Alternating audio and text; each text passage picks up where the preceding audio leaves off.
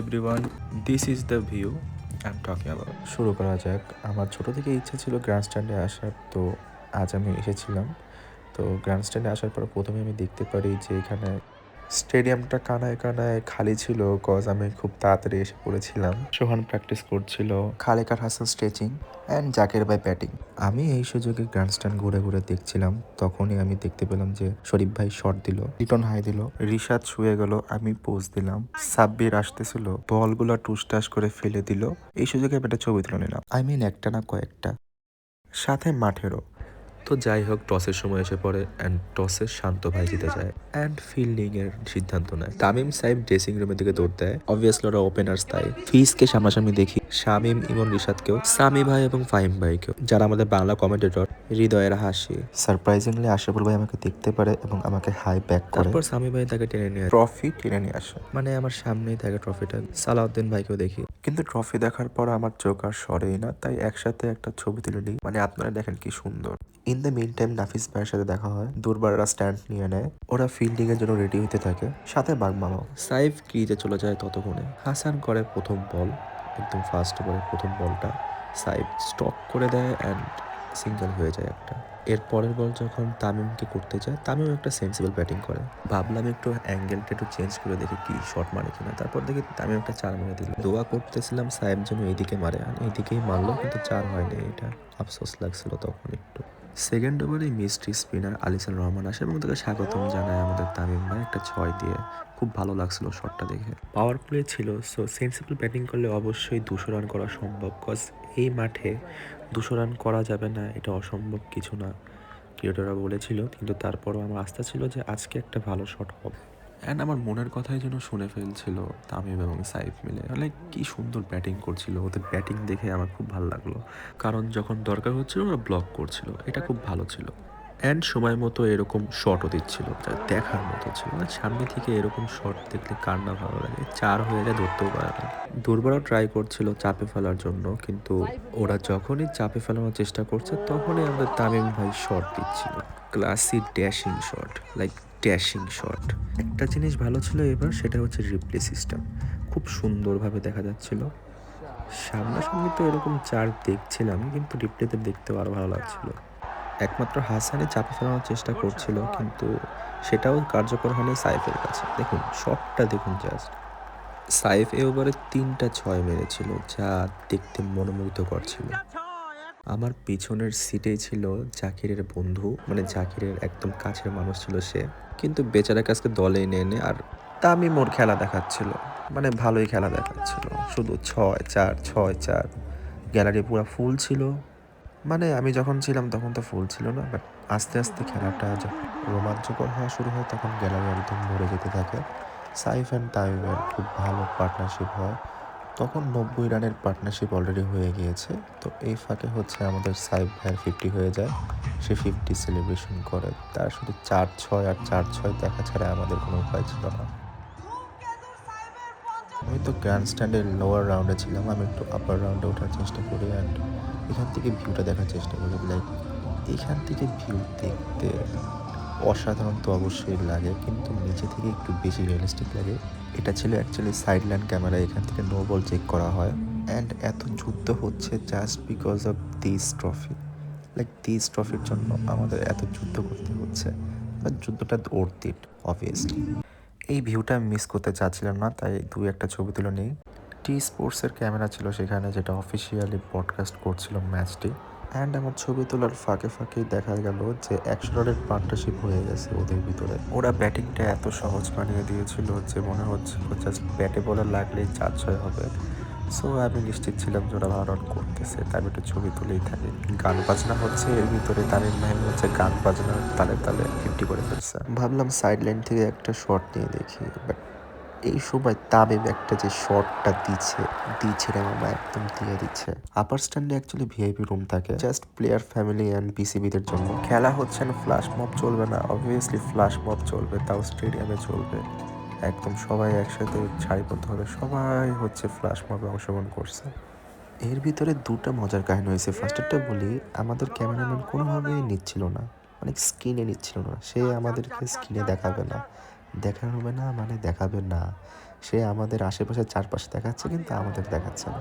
তারপর আসে সেই মহেন্দ্রক্ষণ যেখানে দুর্বার তাদের প্রথম উইকেটের দেখা পায়, মানে ক্যাচটা ধরে ফেলে আর কি। সাইফ হাসান আউট হয় 79 করে 43 বলে। দেন দাদা নামে লিটন দা এসেই সে একটা 6 মারে। মানে খেলা একদম টপ নচ। আমি যা চাচ্ছিলাম 200 হচ্ছে, আমি এটাই চাচ্ছিলাম, মারুক, ঠুসঠাস ঠুসঠাস মারুক, খেলা একদম ধুমধুম হবে, কোনো কথা হবে না, 200 রানের খেলা হবে। কিন্তু বলতে না বলতে লিটন দা আউট। তারপর ইমন আউট হয়েছিল, কিন্তু ততক্ষণে 200 রান হয়ে যায়। তামিম অপরাজিত থাকে এবং ম্যাচ শেষ পর্যন্ত অপরাজিত থাকে। ধূমকেতু 209 রানের টার্গেট দেয় দুর্বারকে। একজন লাকি স্পেক্টেটর বাইক পায় অ্যান্ড আমি পাই দুর্বারের ক্যাপ। ইয়েস, দুর্বারের cap. Hasan Mahmud dressing room থেকে ক্যাপটা দেয় আমাকে। আমি কটা ছবি তুলি ক্যাপ নিয়ে। ক্যাপের টেক্সচারটা অনেক সলিড ছিল। দেন আমি বাচ্চাটাকে ক্যাপটা দিয়ে দিই। ম্যাচ শুরু না হতে মিরাজ আউট হয়ে যায়, কিন্তু দ্য সোহান শো চালু থাকে। ধূমকেতু অনেক চাপে ফেলায় দুর্বারকে। 200 রানের টার্গেট, অবভিয়াসলি ওরা চাপে থাকবে। রুবাবা দোলা এবং আব্দুর রাজ্জাক সাহেব আসে ভিআইপি বক্সে। গ্র্যান্ডস্ট্যান্ড এবং ভিআইপি বক্স দুটি অনেক ক্লোজ, সো একসাথে অনেকে থাকতে পারে, দেখতে পারে সবাই সবাইকে। অ্যান্ড দ্য মিন টাইম সোহান একাই হচ্ছে 19 বলে 40 রান করে। টিম রান 45 এবং সোহানের 41। সোহান এইচআরের মতো শট দিচ্ছিল অ্যান্ড দিস ওয়াজ ফেভলেস। সোহানের 50 হয়ে যায়। সোহান সবাইকে হিট করেছে এবং মুস্তাফিজকেও হিট করেছে। সে হিটের উপরেই ছিল, লাইক তার মাইন্ডসেট ছিল সে 200 রান চেস করেই ছাড়বে। 209 রানের টার্গেট হয়েছে তো কি হয়েছে, সে হচ্ছে এগিয়ে দিয়ে যাবে যতটুকু পারে। তো 50 রানের পার্টনারশিপ হয়ে যায় সোহান আর শান্তর মধ্যে দিয়ে, কিন্তু শান্ত কোনো রান করে না অ্যাকচুয়ালি, সব হিট করে সোহানে। অ্যান্ড সোহান মুস্তাফিজকে খুব ভালো একটা শট মারতে যেয়ে আউট হতে যাচ্ছিল, বাট হলো না। ক্যাচ ড্রপ করে ধূমকেতু অ্যান্ড সোহান একটা খুব বড় একটা লাইফ পায়, তাও হচ্ছে মুস্তাফিজের বলে। সো সবাই তো ভেবে নিয়েছিল যে এখন মুস্তাফিজকে যখন ও শট করছে তাহলে পরে আবার শট করবে কিনা। তো এর পরের বলে ও শট করে, লাইক ও মুস্তাফিজকে একটি 6 মারে, একটি 4 মারে। কিন্তু উই অল নো মুস্তাফিজ, ওর ক্যালিবার কি। সো আমরা বুঝতেছিলাম যে ও যদি এরকম শট করে আউট হবে, অ্যান্ড ও আউট হয়েছে, মুস্তাফিজের বলে আউট হয়েছে, কিন্তু খুব ভালো একটা ডগস খেলেছে সে। 67 আউট অফ 27। ম্যাচটা 50-50 পর্যায়ে চলে গেছে, চারপাশে রমরম পরিবেশ, সাথে আমিও একটু রমরম করে নিচ্ছি, বিকজ আমি এরকম একটা ফাইটিং ম্যাচে চেয়েছিলাম। আমি বলেছিলাম একটা ঘটনা, এটা দ্বিতীয় ঘটনা। এই যে এখন কনটেক্সট ছিল ক্যামেরাম্যান শুধু মেয়েদের দিকে ফোকাস করছিল, তো সবাই বলছিল ক্যামেরাম্যান লুচ্চা। সো ক্যামেরাম্যান ওই দিকে ফোকাস করেছে অ্যান্ড এই ফাঁকে শান্ত আউট।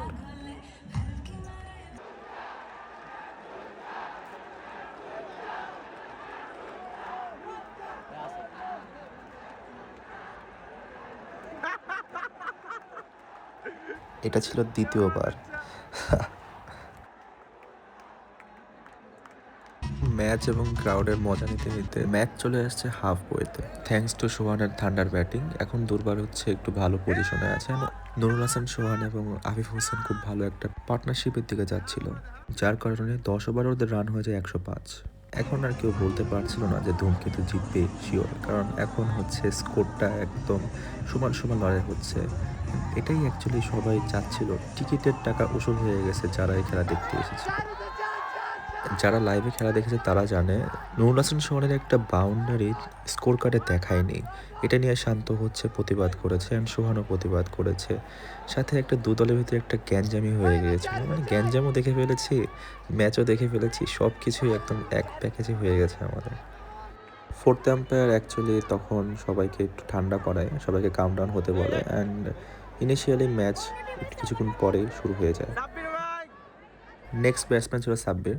209 রানের টার্গেটের ম্যাচ, যেখানে 19 বলে 32 রান লাগে। লাইক ম্যাচটা একদম টপ নচ ছিল। সাব্বিরকে অ্যাকচুয়ালি ফাইনালের সুযোগ দেওয়া হয় দুর্বার হয়ে খেলতে, অ্যান্ড সাব্বির সুযোগটা কাজে লাগানোর জন্য সকাল থেকেই প্র্যাকটিস করেছিল। বাঘ মামা অ্যাকচুয়ালি নুরুল হাসান সোহানের খুব বড় ফ্যান, সো সে নুরুল হাসান সোহানকে অনেক চেয়ার আপ করে। সাব্বিরকে অ্যাকচুয়ালি দর্শকের সবাই চেয়ার আপ করে, আমিও চেয়ার আপ করেছি, কিন্তু ও আশানুরূপ কোনো ফল দেখাতে পারে নাই। লাইক ফিনিশিংয়ের রোলটা ও নিতে পারে নাই অ্যাকচুয়ালি।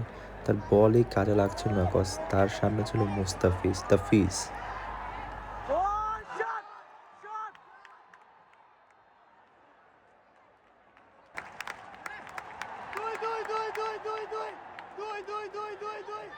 আমি ভাবছিলাম এই সময় একটা রান আউট দরকার, কিন্তু গ্র্যাবটাই ভালোভাবে হলো না। লাস্টের 2 ওভারে 27 রান লাগে, রিশাদ আসে বোলিংয়ে অ্যান্ড সাব্বিরের ফ্যান অ্যাকচুয়ালি একটা চারের দেখা পায়।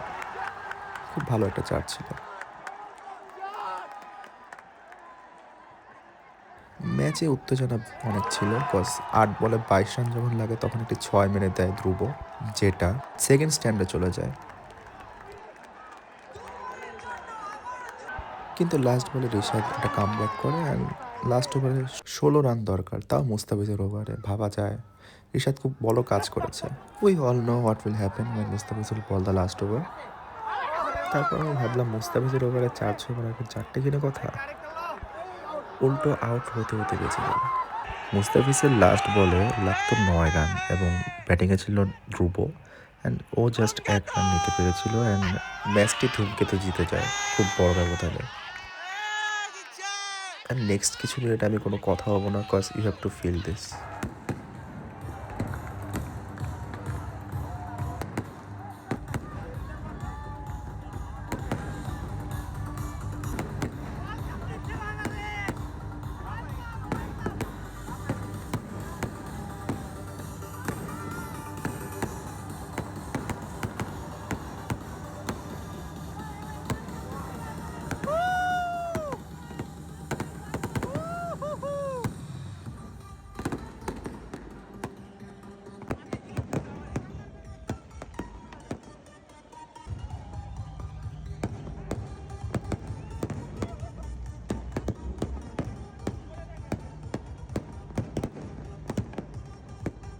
অদম্য টি-20 কাপ বাংলাদেশ 2.5 করোড় টাকার যে প্রজেক্টটা বলেছিল, আমি এখানে উপস্থিত থেকে বলতে পারি যে না, প্রজেক্টটা অ্যাকচুয়ালি 2.5 করোড়ের ছিল অ্যান্ড প্রজেক্টটা খুব ভালোভাবে উপস্থাপন করতে পেরেছে BCP. This was a great atmosphere.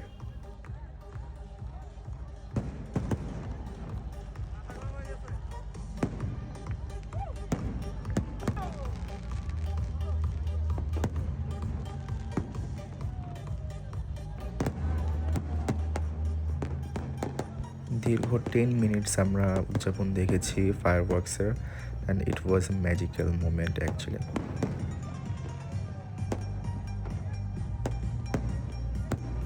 আর কত দেখবেন, আমাকে একটু দেখেন, হ্যাঁ আমাকে একটু দেখেন। তো আমি আকাশের দিকেই তাকিয়েছিলাম, টু বি অনেস্ট আমার খুব ভালো লাগছিল ওই দিনটা, ওই রাতটা আমি এখনও মনে করতে পারি।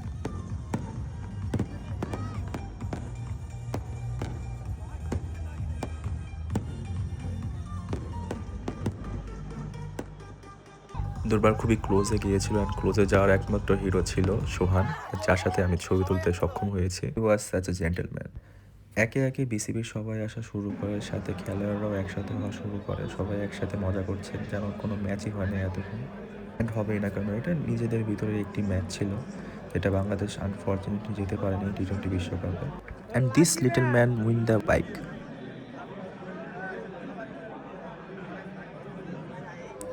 খুব কাছ থেকে এবার আমি প্রেস ব্রিফিং দেখতে পারলাম, জিনিসটা খুবই আনন্দদায়ক ছিল। ম্যান অফ দ্য ম্যাচ হয়েছিল তামিম, সে একদম লাস্ট পর্যন্ত ক্রিজে ছিল। ম্যান অফ দ্য টুর্নামেন্ট হয়েছে Saif Hasan with his untouchable aura. Emerging player হিসেবে একসাথে 3জন পেয়েছেন, সেটা হচ্ছে রিশাদ হোসেন, হাসান মাহমুদ এবং শেখ মাহেদী। আমরা বড় বড় টুর্নামেন্টে এরকম দেখি যে 3জন একসাথে হয়। সুইফট টাইমার ক্যাটাগরিতে পেয়েছেন সোহান, লুজিং ক্যাপ্টেন ম্যাচ শিক্ষণীয় হিসেবে নিয়েছিলেন and he was happy about that. Liton দা was happy for his team.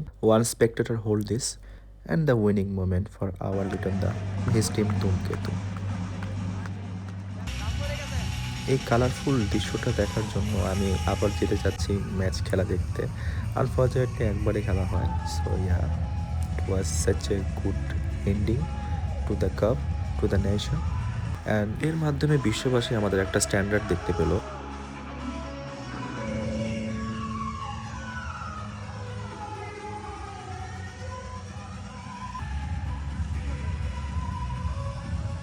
Match শেষ হয়ে গেছে, সেরেমনি শেষ হয়ে গেছে, তারপরেও অনেকেই দাঁড়িয়েছিল যদি কেউ কোনো খেলোয়াড় যদি তাদের সাথে কথা বলে, দেখা করে।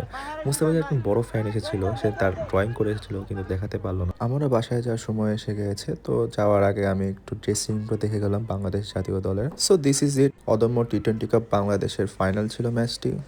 This is Formalin. See you soon with another episode.